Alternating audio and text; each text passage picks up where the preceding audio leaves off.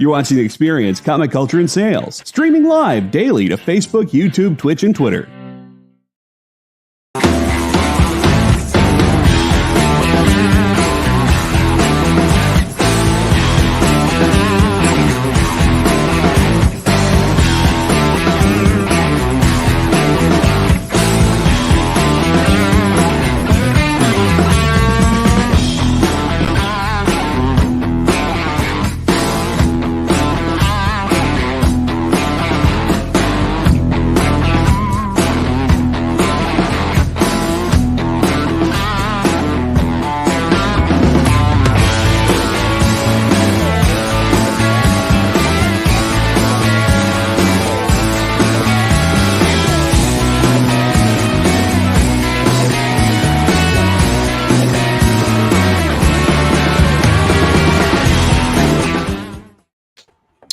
Welcome to another episode of I Must Ask You a Question with Jen King and James Hake. How you doing, Jen? I'm doing good. It's been a day. It's been a day for me. Computer issues just all day. Again, blue screens galore. Mine's been truck things. I've had a check engine light for a while. And I took it in, and it's one of those things that's just so frustrating. It's like, oh, it's a sensor that's misfiring.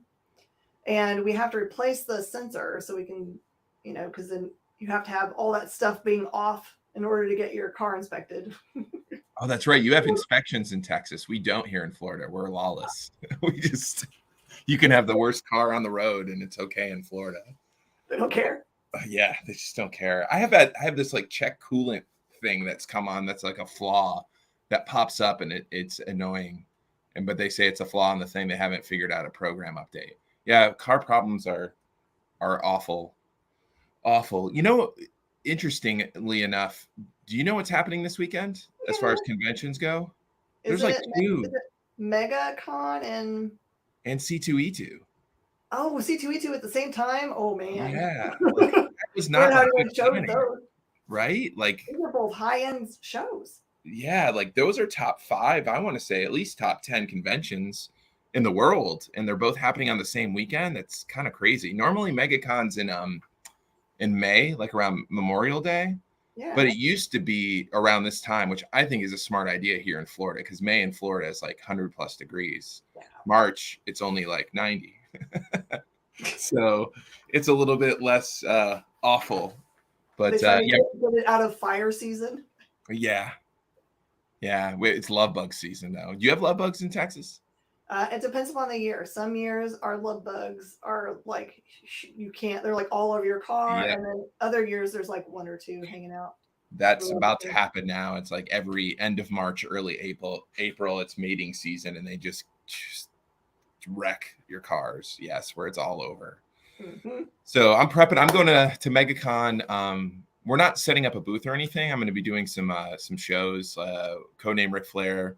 A comic shop in the Orlando area called The Collective. They did a special variant cover. So I'm going to go there and sign on Friday and Saturday with the artist named the Bags Brothers. And so I'm going to do that and see some clients from my finance gig. So I'm kind of making it a double work and a little bit of a vacation because my best friend turns 43 on Saturday. So we're going to watch WrestleMania. We've done that since college. Yes. We're going to watch WrestleMania. We've been to like 4, myself and his 3 brothers. We've been to 4 or 5 WrestleManias now, which is insane. But we're not going. We're just going to watch it, thankfully. I don't want to go again. Hey, Kenneth, welcome. Just want to say hi to everybody. And Kenneth, thank you so much for being a supporter of the channel. We're super thankful for that. Yeah, we're sharing. This is a live thing, so you guys can totally ask questions. Yeah, ask questions. Again, that's kind of what this whole thing, this whole show is about, like from a publishing standpoint, and of course the comic shop standpoint. It's been interesting. I feel like things are getting better over the past couple of weeks. I've seen sales uptick, at least with our FOCs. I mean, we got some really big. Typically around this year is when big books come out, and check out these covers. I wanted to share them with you. For Black Demon Tales. Which I don't know if you saw did you see the trailer? Oh, I absolutely did. I've shared that thing. Doesn't it look amazing? Well, check out this cover. This is Hugo Petrus. It's absolutely gorgeous. Again, Black Demon Tales is Incan lore, really where Jaws kind of came from, like the concept of Jaws. But check out, this is a variation of that Joe Picardo cover. Oops, I have it upside down, but like it looks good upside down too. So gorgeous. And then check this out, the codename Ric Flair. Dave Dorman. I know this is actually an homage, everybody, for Your Eyes Only, which is a famous James Bond. I think it was the first. Was it who was the James Bond after Sean Connery? James Connery. Was it? Wasn't there another one?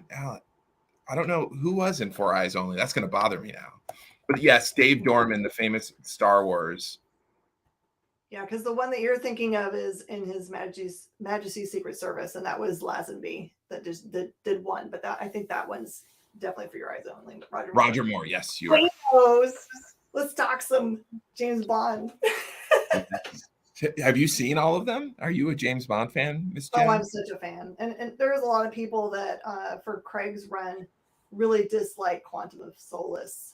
But I'm like, watch them all in a row. Just watch them back to back, and you'll see how seamlessly those things run. They intended them maybe to be one long movie. Because there's a through character, like Mr. White is the through character that's in every one of them, and his daughter, of course. And it's just it's. I know that it's the weakest of the 5 or whatever it is, but if you put it together with the other ones, you're like, it's character development for. I think I'm going to do that because I really like Casino Royale. I thought that one was really, really fun. Super gritty. And it's very. I don't think I saw the last one. I've just been so busy, so it'd be worth doing a once over. I just remember where I started losing faith in the franchise.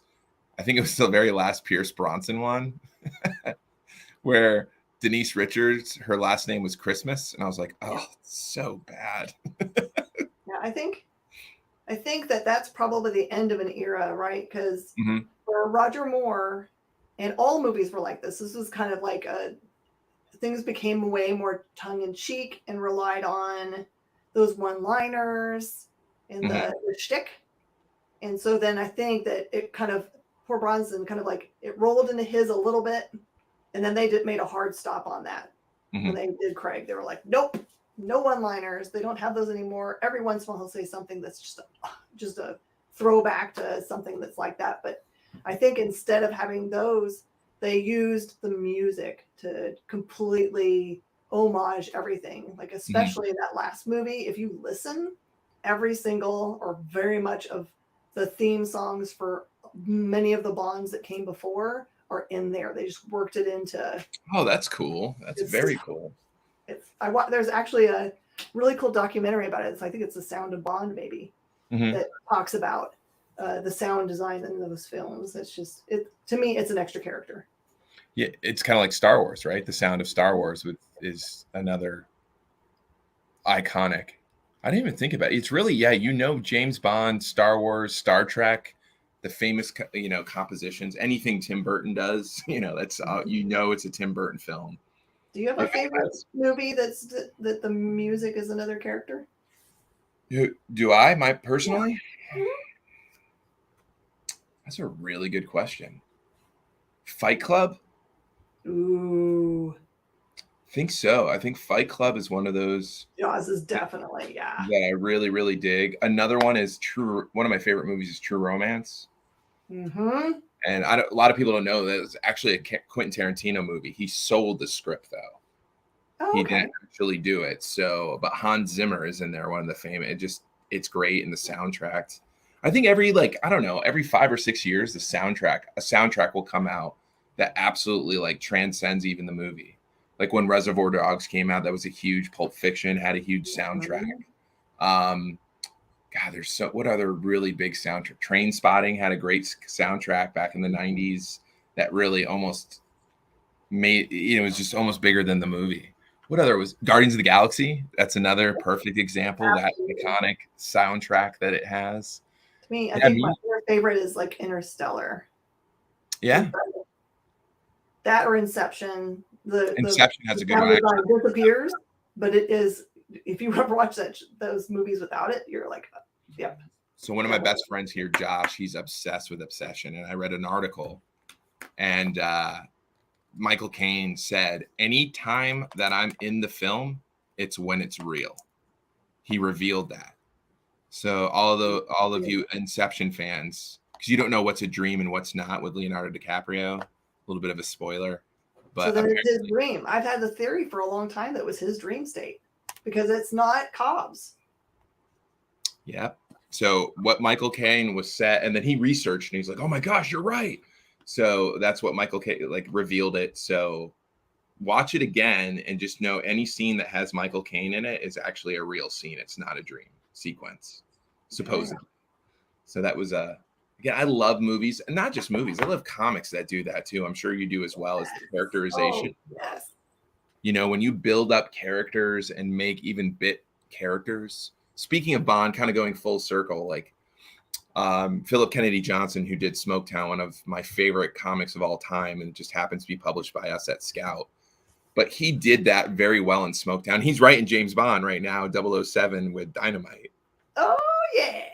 And yeah, he does this one bit character in that book where it's not really an important character by, I would say, issue 4.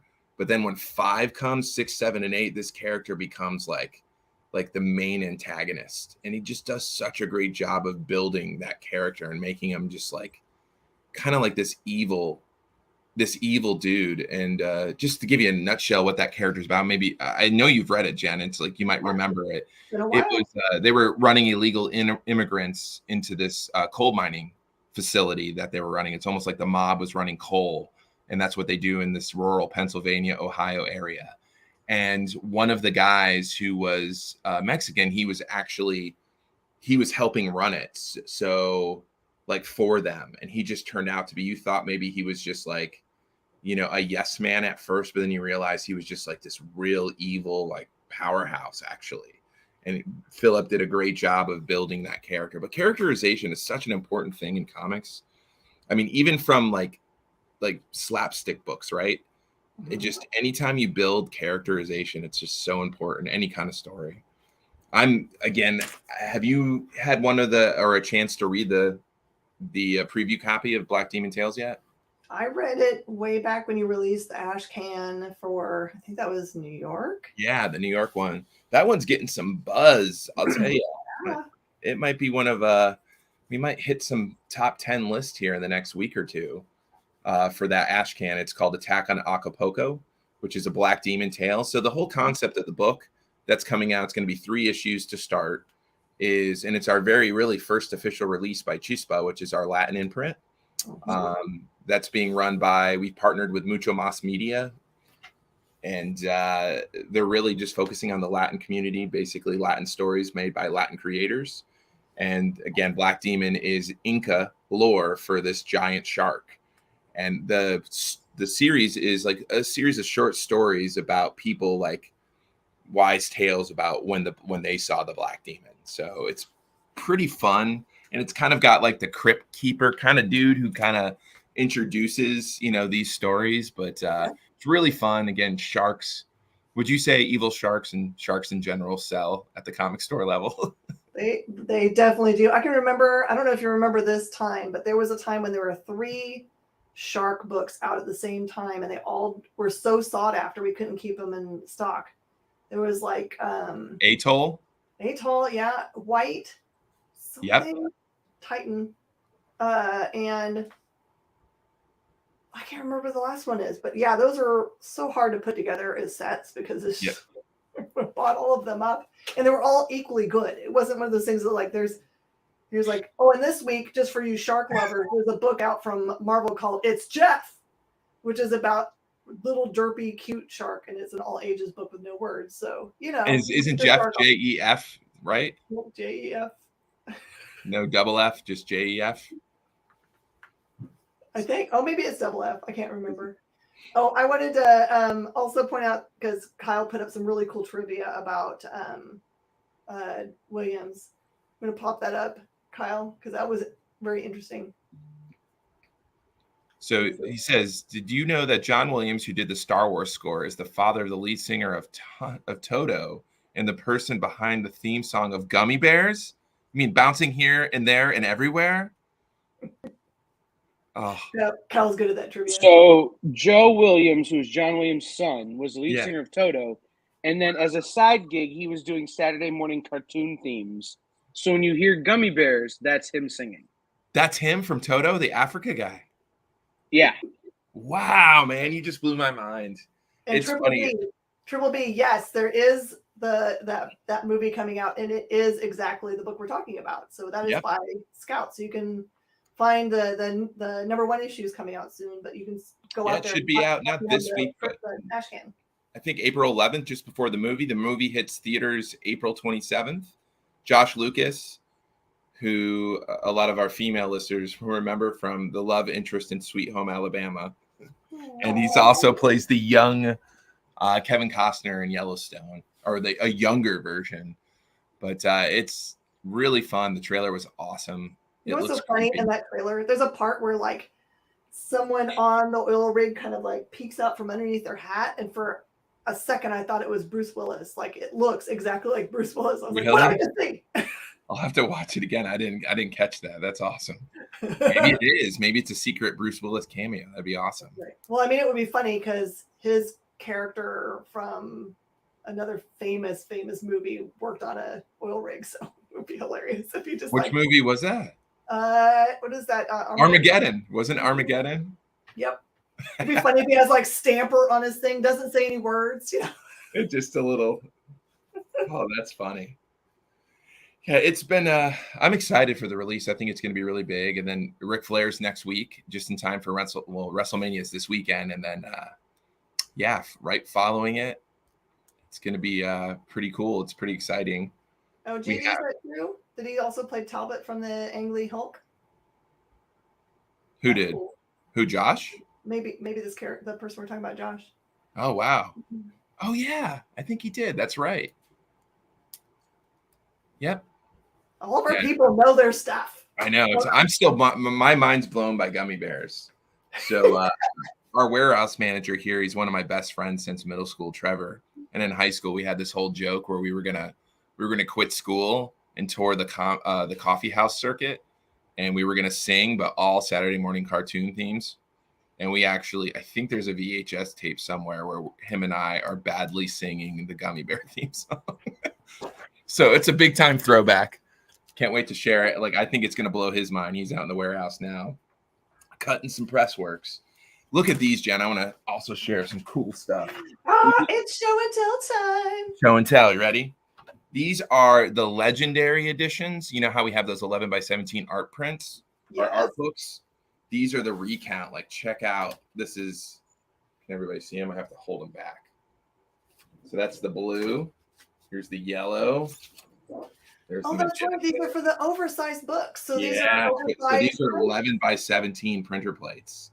So cool. That one's gorgeous. When you put them together like this, we call it a Warhol, but we spell it differently. WHARHAUL. Andy with 2 Ds. It's an Andy Warhol. But yeah, these printer plates are so cool. And then we have this one too. I'll show you. I had it hanging in my office. I need to rehang it. This is from King Jira, the 11 by 17. Love that book so much. It's so good. Marco is so talented. We have a new series coming out from him in July called Space Outlaws. Yeah, I've seen him work on that and post. If you guys aren't following him on social media, his art style will make your brain hurt. Like, he'll just like show the start of it, and it's so detailed. Like he's just like, I'm just gonna fill it. Kind of like that right there. Yeah, it's just like millions of little lines. Like it's just like James Stocco art. It reminds me of James Stocco. It's like real detailed. Yes, or Jeff Darrow. Yeah, his little Jeff Darrow feel. James Stocco, yeah, he's fantastic. He has so many good ones. I know he has that one. Oh my gosh, Org, right? From Oni. Oh yeah. Have you seen it? He's been working on another one. I think it's just personally for him called Murder Effer. Oh yes, he submitted. It was a little bit too much for us. Murder Effer, but man, is he so talented? Oh, he's so talented. Marco Fontanelli, for those of you who don't know, Fontanili. and he's an Italian artist and just heck of a nice guy and so talented. We have numerous books coming out from him this year. Another one called Tales from the Grave. It's another horror anthology that's coming out in October. It's going to be, I believe, 5 issues. And he does a lot of standalone stuff, where it's like you can pick up any of the issues and read it. That Pentagram of Horror that came out last year, each one of those are standalone. So and really, honestly, to me, if you were going to ever get a printer plate from anything, it's Fontanelli. Every page is completely frameable. Yeah. And especially when he does splash pages. I know that's why I can't wait for Space Outlaws, especially. That's coming in July. So we'll get those printer plates in like a month. I need that cover so badly because of our logo stuff, right? Oh, are you talking about the oh yes, that's right. I would totally put on my cowboy hat and pose. So I feel like, look at this. So cool. So any hot books come out today? In general? Other than it's Jeff. There's some other number ones. I've had some calls today on. There's an X-Men with some subtitle that I can't remember at the beginning of a series, and then Clobberin' Time, which really just looks like the Thing and Hulk just beating the tar out of each other or other creatures. And what are the other?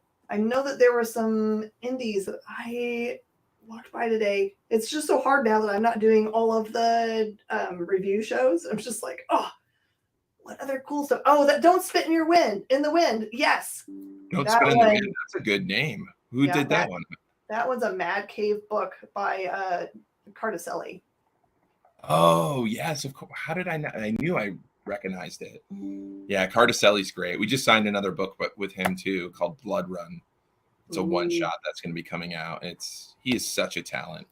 I actually have customers that come in just looking for his art style. They're like, I need his art style. And I think that I'm going to tell them he's the only one doing that art style. That's his art style. Keith Giffen was very familiar, had kind of had that feel. Trencher from Image, yeah. Yeah, right. Back with Trencher. Remember Trencher back in the day? Yes. So we actually had a pretty big week this week. We had Miracle Kingdom, which I'm not sure if you've read that one. I championed this when it was sent through our submissions. It's by Michael McCarthy.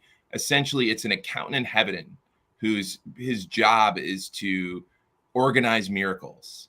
And something happens. There's a preacher down on earth that is running. You don't know if it's a scam or if he's actually doing real miracles. And it turns out there's more than meets the eye. It's an amazing series. Again, like The Good Place kind of feel to it. Then we also have the next issue of Ranger Stranger Deep Cuts. People who know me know I'm a huge fan of that book. It's just hysterical about the psychopathic park Ranger Woodburn. And again, it's an oversized one shot. It's $5.99. We actually did a web store exclusive coverage on it. It has a knife. We call it Deep Cuts. It has this knife, and we made a mirror effect. So when you hold it up, it looks like he's about to cut you. I always think of it as kind of like South Park, Who Killed Kenny? Because someone's dying in every panel. Yep. And then we have Granite State Punk, which is a one shot that came out, which is really cool, good book. It's really fantastic, actually. And then of course I think I have the original, like when he was self-printing those. Yeah, when he was doing the Kickstarters. Yeah. I know that he has another one shot that he's working on too, but it's a great series by Travis Gibb. And of course I showed those printer plates, but we have the legendary edition of the Recount. Again, it's 11x17 we call it legendary because that's a lot of artists' work from that 11x17 area. So it's not just a normal art book, it's actually fully lettered. So it's this gigantic like coffee table book that we've done them with a lot of our hit number ones. It's so cool. I gotta read this. Davey Lee says, Jim Crow, don't spit in the wind, don't pull on Superman's cape, and don't mess around with Slim. Yeah. Is that it? If that all was one title, that would have the longest title. We talk about this all the time, that for some reason we feel like manga specifically is trying for the longest title that can be made. I expect at one point there to be a title that fills the entire front of the book. Entire page. Oh, it's going to happen. What do you think the longest comic title is? I don't know. We might have a contender. It's Junction Jones and the Corduroy Conspiracy. That's a pretty long one. No, I know there's another one that what was this other one called? I mean, Gut Ghost had one. Gut Ghost, The Trouble with the Sawbucket Skeleton Society. That one's pretty. That's pretty long. The problem with it is, like, if you're trying to like do social media for it, especially on Twitter. Oh yeah, both of those. It's just called Junction. My fingers. I got banana hands when you're on a phone. This doesn't work right, and typing all it out is not easy at all. All right, I want to do this. This is our competition for next week. For everybody that's watching right now, do research. See if you can find what you think is the longest comic book name, and have it in your queue for next week. Post it on this show, and I'll give you guys something for free. I'll double that. Ooh, double prizes. Double prize for those of you. Longest comic title. Who has the longest one? Does self-publish count? Yes. So whatever research you need to do, you can think of finding it. I mean, it's going to probably take more than just straight up Google's longest comic title.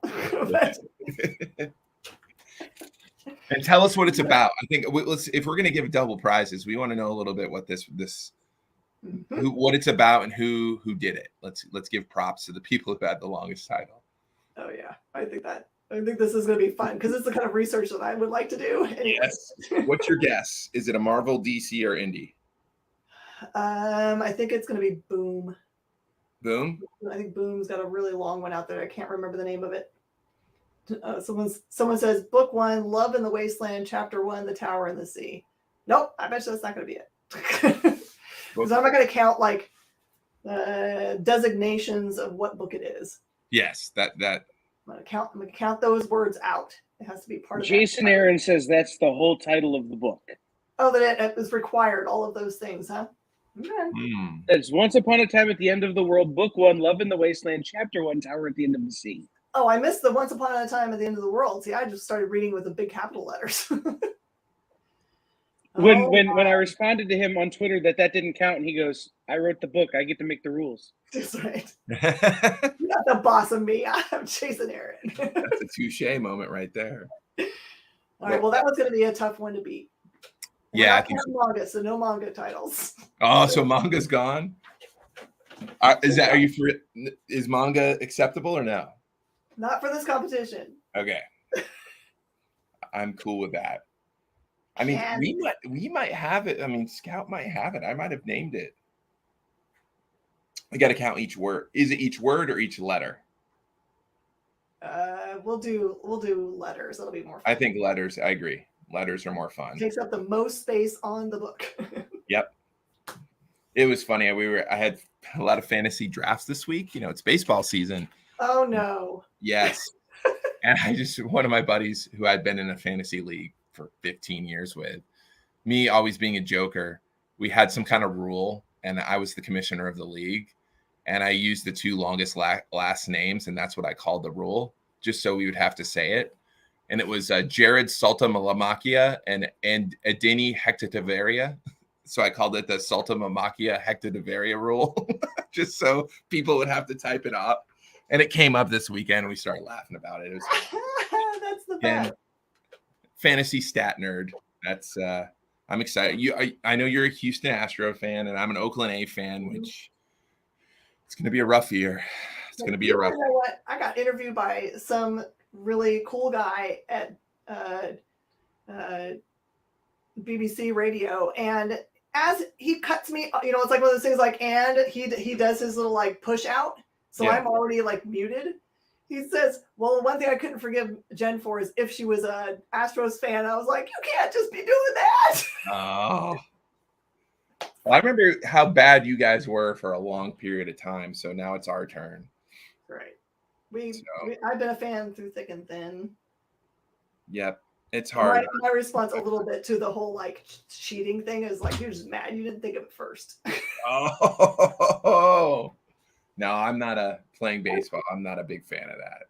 I'm from the school of watching Survivor. It was like, hey man, if they didn't forbid it, especially on that pirate season, they let him get away with doing it. I was like, yeah.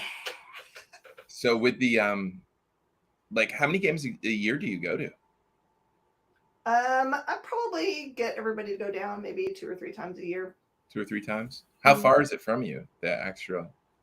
Good. 45 minutes, an hour. Depends on traffic. What time of the day? Gotcha. Nice. I'm going tomorrow. I go with my friend every year to the opening day at the Rays Stadium. So I'm going to go there before I hit MegaCon. So it's going to be a little fun, but that means working late tonight, getting caught up on paperwork and fun stuff. Mm-hmm. That's the one thing we don't tell everybody is all the numbers and paperwork you have to do when you're working for. It's the not fun part. Yeah, it's not the fun part. There's some amazing parts of working behind the scenes at a comic book publisher, but there's also some not fun parts about organizing and getting things situated, dealing with issues and navigating those. It's not fun, but I'm going to change it for the world because it's pretty fun otherwise. So yeah, pros outweigh the cons. Well, thanks again. Sorry we're running a little bit late this week. And remember, next week, longest title, comic book title, manga's not included. And Jen and Scout will give you guys a prize. Yep. And just so that it's clarified, I follow every rule there is, but if there's not something forbidding something and it will help the cause, I will try. Ooh. So if it's a flip book, what's your stance on flip books? Oh man. We'll see what people come up with. We might defend the rules on our own selves. Yeah, and if you and I don't disagree, Kyle, you can be the tiebreaker. We can just split the prices and give two. That's true. That's true. Well, Jen, have a great week. Must exceed max characters on a tweet. That's a really good one. Where they have to double tweet. That's great. Awesome. Well, Jen, have a great weekend or rest of your week. And we'll see everybody's next week on I Must Ask You a Question with Jen King and James Hake. We'll see you guys soon. Join the party. Head over to our link tree to find all the links for everywhere the experience is all the time.